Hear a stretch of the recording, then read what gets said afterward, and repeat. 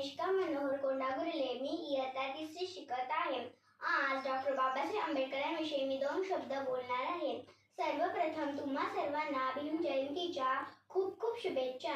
करून जीवाचे रान, दिला सर्वांना समतेचा मान, अशा भीमरावांची शान, लिहिले भारताचे संविधान, लिहिले भारताचे संविधान. भारतीय राज्यघटनेचे शिल्पकार भारतरत्न डॉक्टर बाबासाहेब आंबेडकर यांचे जीवन आपणा सर्वांसाठी आदर्श व प्रेरणादायी आहे. त्यांचा जन्म 14 एप्रिल 1891 रोजी मध्य प्रदेशातील महू या गावी झाला. त्यांच्या वडिलांचे नाव रामजी तर त्यांच्या आईचे नाव भीमाबाई असे होते. त्यांचे वडील इंडियन आर्मी सुभेदार होते.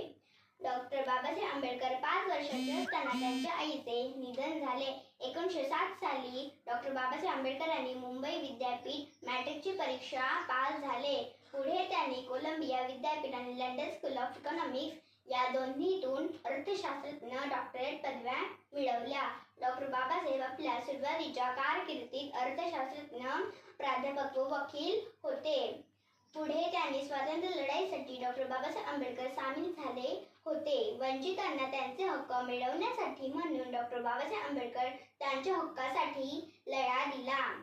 1956 रोजी त्यांनी बौद्ध धर्माची दीक्षा दिली. 6 डिसेंबर 1956 रोजी महामानवाने जगाचा निरोप घेतला. 1990 रोजी मरणोत्तर भारतरत्न हा पुरस्कार प्रदान करण्यात आला.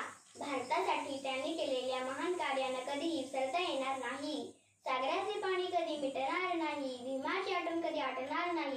अरे एकच जन्म काय 1000 जन्म घेतले तरी आपल्याकडून बाबासाहेबांचा उपकार कधी फिटता येणार नाही, कधीही फिटता येणार नाही. एवढे बोलून मी माझे 2 शब्द संपवते. धन्यवाद.